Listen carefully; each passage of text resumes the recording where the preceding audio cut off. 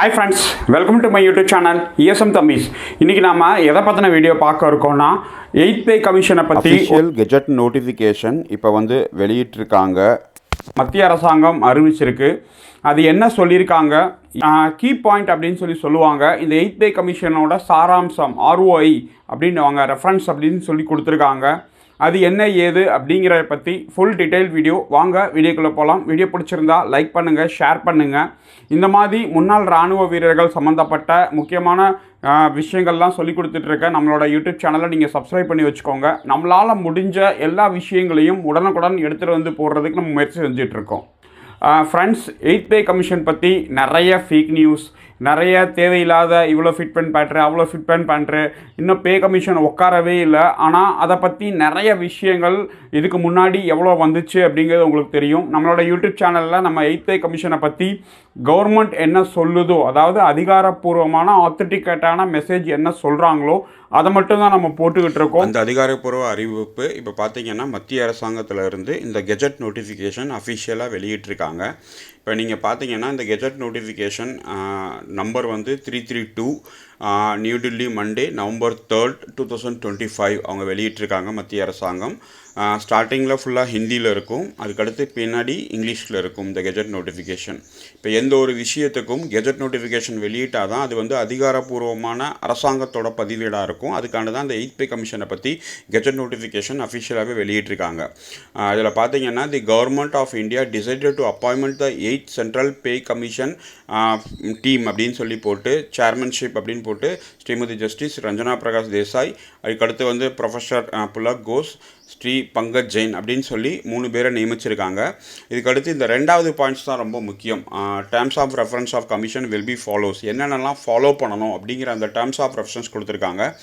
இதுதான் இந்த கெஜெட் நோட்டிஃபிகேஷனோட இம்பார்ட்டண்டான ஒரு பாயிண்ட்ஸ். 2வது பேராகிராஃப் தான்.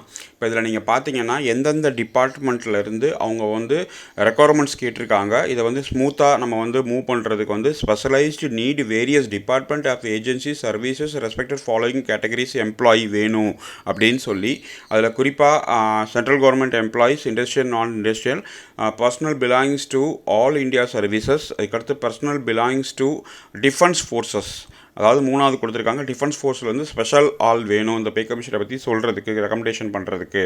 அதுக்கடுத்து personal of union territories, officer of employee the Indian audit and account department, members of regulatory bodies excluding the RBI setup under acts of parliament, officer employ the Supreme Court, officer employ the High Court who expenditure is brought to Union Territories and இப்போ இந்த 2வது point என்ன சொல்லியிருக்காங்கன்னா, முக்கியமாக டேலண்டான ஆட்கள், அவங்க எஃபிஷியன்சியாக இருக்கணும், அவங்க ரெஸ்பான்சிபிலிட்டியாக இந்த ஒர்க்கை முடிச்சு கொடுக்கணும், அந்த மாதிரி ஆட்கள் கொடுங்க அப்படின்னு சொல்லி கொடுத்துருக்காங்க.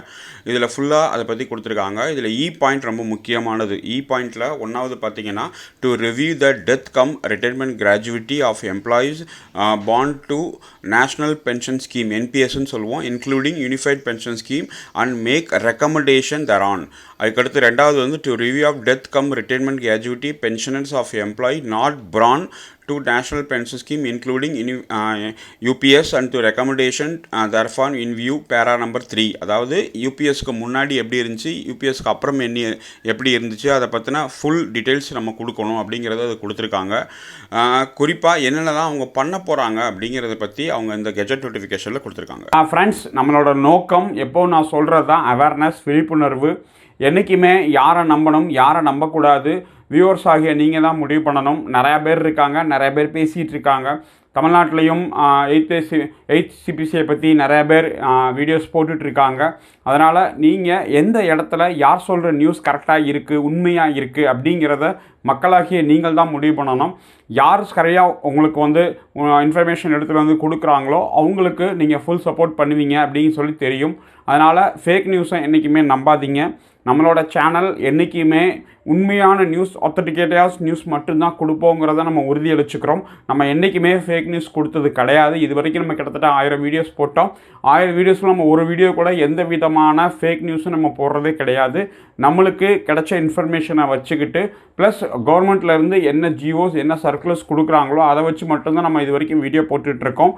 தொடர்ந்து நம்ம சேனலுக்கு ஆதரவு கொடுத்துட்ருக்க அனைத்து முன்னாள் இராணுவ வீரர்களுக்கும் நன்றி. Thank you very much. இதே மாதிரியே நீங்கள் சப்போர்ட் பண்ணிகிட்ருங்க. எங்களால் முடிஞ்ச எல்லா விஷயங்களும் எடுத்துகிட்டு வந்து உங்களுக்கு உடனுக்குடன் கொடுக்கறதுக்கு நாங்கள் முயற்சி செய்கிறோம்.